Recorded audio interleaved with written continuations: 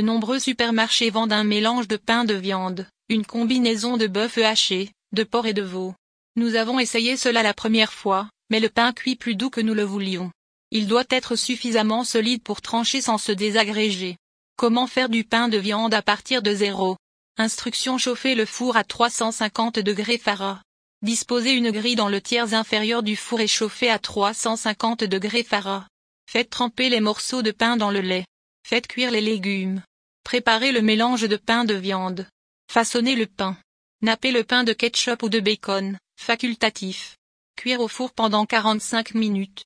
Cuire au four encore 10 à 15 minutes. Pour aider votre pain de viande à rester ensemble, ajoutez des éléments comme des œufs et de la chapelure, car ce sont des ingrédients clés qui lient la viande. Une autre raison pour laquelle votre pain de viande peut s'effondrer est qu'il est trop cuit. Un large éventail de légumes peut être utilisé, y compris des oignons, des carottes, du céleri, des poivrons verts, des poivrons rouges et des courges d'été. Une astuce consiste à les faire sauter dans du beurre ou de l'huile d'olive avant de les ajouter au pain de viande. Cela garantira qu'ils libèrent plus de leur humidité dans le pain de viande. 10 meilleures charges pour le pain de viande. 1. Miettes de pain. 2. Pain trempé. 3. Gruau. 4. Légumes séchés. 5. Coine de porc. 6. Farce en boîte. 7. Riz cuit. 8. Mélange à soupe séchée. 9. Légumes frais ou surgelés. 10. Pommes de terre. Le pain de viande omniprésent est un plat reconnu pour sa simplicité et sa polyvalence. Il est composé d'une quantité importante de viande hachée, le plus souvent de porc et de bœuf, liés par des œufs ou des produits laitiers. En règle générale, il est placé dans un moule spécial ou formé à la main sous la forme populaire d'une bûche. Une fois cuit, il est généralement tranché et servi avec de la purée de pommes de terre ou des légumes, le tout arrosé de la sauce juteuse qui l'accompagne. Le pain de viande n'est pas un plat que l'on trouve couramment dans les restaurants haut de gamme, ni n'appartient à la haute cuisine. C'est rustique et ordinaire, mais incroyablement réconfortant et nutritif. D'où vient le chili con carne? Mexique. Une histoire raconte que le plat officiellement connu sous le nom de chili con carne provenait du Mexique, basé sur la véritable histoire de la conquête de la Nouvelle-Espagne, 1568, de Bernal Díaz del Castillo, dans lequel l'auteur décrit comment les restes de conquistadors malchanceux, sacrifiés et massacrés par les Aztèques, étaient bouillis avec des piments forts. Essayez d'ajouter une bonne quantité de sel, du cumin et des piments séchés moulus, de la poudre de chili, etc. que vous décidez d'utiliser à la viande lorsque vous la mettez dans la casserole pour faire dorer, puis jetez les oignons une fois la viande dorée. Cela aide vraiment à y mettre la saveur. Les ragoûts ou le chili ont le potentiel d'être très copieux, riches en protéines et un excellent repas tant que vous contrôlez les ingrédients riches en matières grasses telles que la viande hachée, la saucisse et le fromage, dit Orly. Selon une nouvelle étude, l'une des épices les plus couramment utilisées au monde, le piment, peut entraîner une perte de mémoire si vous en mangez trop. Les amateurs de piment qui ne peuvent pas se lasser du picotement chaud produit par leurs aliments épicés préférés doivent procéder avec prudence. Remuez dans la casserole juste avant de servir, une cuillerée de vinaigre égaye le produit fini et lui donne ce goût plein et rond qui manquait. Même si la recette de chili que vous utilisez ne nécessite pas de vinaigre, ajoutez-le quand même. Bien que certains puissent penser que le chili con carne est un plat mexicain authentique, il s'agit en fait d'un plat américain original, préparé uniquement dans quelques endroits au Mexique afin de satisfaire les touristes. Si le plat était mexicain, il resterait un aliment de base sur les menus mexicains de tout le pays, car les plats traditionnels ne disparaissent pas aussi facilement au Mexique. Le chili con carne est un ragoût à base de viande composé de bœuf finement haché, de piment chaud, d'assaisonnement et d'eau, bien que les ingrédients qui entrent dans un chili font l'objet de débats sans fin. Les puristes insistent sur le fait qu'il n'y a pas de tomates ou de haricots dans un vrai chili, bien que beaucoup d'autres ne soient pas d'accord.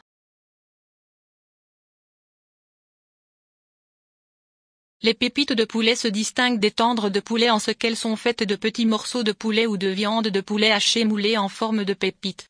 Les pépites de poulet les plus célèbres de toutes, les McDonald's Chicken McNuggets, sont fabriquées à partir de viande blanche depuis 2003. De quoi sont faites les pépites de poulet McDonald's? Ingrédients. Au 1er août 2016, les ingrédients aux États-Unis sont les suivants: poulet blanc désossé, eau, sel, assaisonnement, extrait de levure, sel, amidon de blé, arôme naturel, huile de cartame, extrait sec de jus de citron, dextrose, acide citrique, les phosphates de sodium. Les morceaux sont battus et panés dans un grand tambour cylindrique qui tourne, enrobant uniformément tous les morceaux dans les épices et la panure désirée. Les morceaux sont ensuite frits dans l'huile jusqu'à ce que la pâte soit prise et que l'extérieur atteigne la couleur désirée. Enfin, les pépites sont emballées, congelées et stockées pour l'expédition. Selon Stewart, la viande brune des pilons et des cuisses n'entre pas dans les McNuggets. Cependant, la poitrine et la viande de côte, ainsi que le filet de poulet, sont utilisés pour faire des McNuggets. Avant que les McNuggets ne soient préparés, toute la peau de poulet est retirée au départ et une petite portion est ajoutée pour la saveur. Des études sur les pépites des chaînes de restauration rapide ont révélé qu'elles étaient à moitié viande.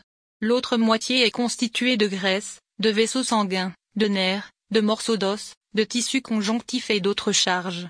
Tout le poulet est transformé, mais si vous voulez la version la plus saine possible, tenez-vous-en aux coupes entières, comme les poitrines ou les cuisses.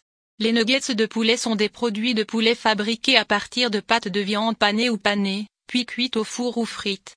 Bien que le plat soit très calorique, il était autrefois considéré comme une alternative saine au bœuf déjà proposé. Les pépites ont été inventées dans les années 1950 par un professeur de sciences alimentaires à l'université Cornell nommé Robert C. Boulanger. Son prototype de pépite a maîtrisé 2 défis: garder la viande hachée intacte sans mettre de peau autour d'elle, et faire adhérer la pâte à la viande malgré la chaleur explosive de la friture. Baker a inventé les pépites pour stimuler les ventes de volaille, en la transformant en plat cuisiné qui plaisait aux cuisiniers paresseux.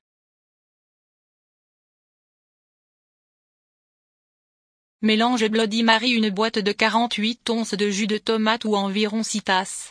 2. 3 cuillères à soupe de Roquefort crémeux préparé. 3. 3 cuillères à soupe de sauce Worcestershire. 4. 2 1/4 de cuillère à café de sel de céleri. 5. 3 cuillères à café de sel d'ail. 6. Sauce Tabasco. 7. Poivre noir fraîchement moulu. 8. Vodka infusé au cornichon ou vodka ordinaire si vous préférez. La création du Bloody Mary est souvent attribuée à Fernand Petiot dans les années 1920 alors qu'il était jeune barman au Harris New York Bar à Paris. Cependant, il semble qu'il ait simplement épicé un combo existant et bien établi de vodka et de jus de tomate alors qu'il travaillait à l'hôtel St. Régis de New York dans les années 1940. Pour vous aider à choisir parmi la vaste gamme de bouteilles sur le marché, voici les meilleurs vodkas pour vous aider à personnaliser certains Bloody Mary légendaires. Meilleur dans l'ensemble, Reka. Meilleur budget, Absolute Pepper.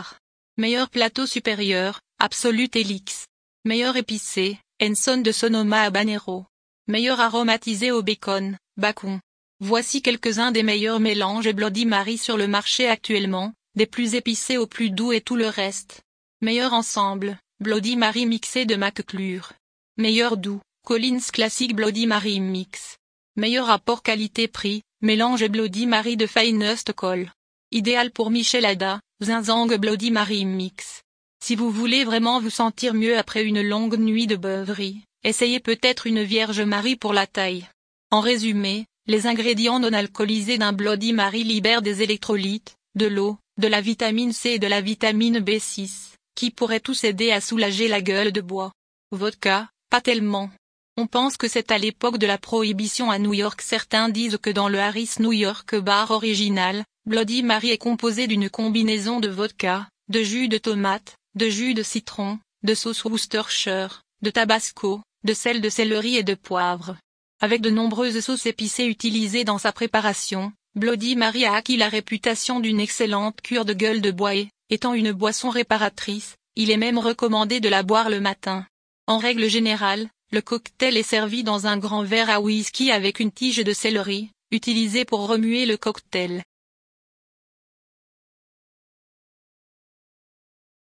Vous pouvez, si vous le souhaitez, faire du yogourt glacé avec rien de plus que du yogourt lui-même. Mais si vous durcissez ce yogourt dans un congélateur, il se solidifiera en briques. Pour faire un yaourt glacé, vous pouvez scoop comme de la crème glacée, vous devez ajouter du sucre. Comme pour la crème glacée et le sorbet, plus vous ajoutez de sucre, plus votre yogourt sera mou. Selon le rapport de Henry Litz de HuffPo, de nombreuses marques de yogourt glacé contiennent des tonnes de sucre ajouté et de délicieux additifs, non sonnant comme la maltodextrine, le citrate de sodium, la gomme de cellulose et le phosphate disodique. Parce que rien ne dit délicieux comme une forte dose de stabilisant chimique, le yaourt glacé a tendance à être plus faible en gras et en calories que la crème glacée, mais il pourrait contenir plus de sucre ajouté. Les deux friandises glacées sont des sources décentes de calcium mais ne contiennent pas de fibres. Le yaourt glacé se compose de solide du lait, d'une sorte d'édulcorant, de matière grasse laitière, de culture de yaourt, généralement Lactobacillus bulgaricus et Streptococcus thermophilus, ainsi que d'arômes et parfois de colorants, naturels ou artificiels. Certains des meilleurs yaourts glacés, Yasso, roulés dans la pâte de yaourt grec glacé. Stonyfield, yaourt glacé tourbillon de fudge à la vanille. Friendly's, yaourt glacé au tourbillon de mocha de Vienne. Ben & Jerry's, Cherry Garcia Froyo. Kemp's, yaourt glacé à pâte torsadée. Le yaourt glacé est un dessert glacé à base de yaourt et, parfois, d'autres produits laitiers et arômes. Il est plus faible en gras que la crème glacée en raison de l'utilisation de lait au lieu de crème. Le yaourt glacé est généralement servi avec de nombreuses garnitures telles que des fraises, des bananes ou des morceaux de biscuits et de bonbons. Le premier yaourt glacé a été produit dans les années 1970 en Nouvelle-Angleterre, mais le nom de son inventeur reste un mystère. À l'origine, il était fabriqué comme une option faible en gras pour les personnes qui consommaient de la crème glacée, mais ce n'était pas un grand succès car la plupart des Américains préféraient la crème glacée sucrée au yaourt glacé acidulé. Merci d'avoir regardé. Veuillez aimer, partager, s'abonner.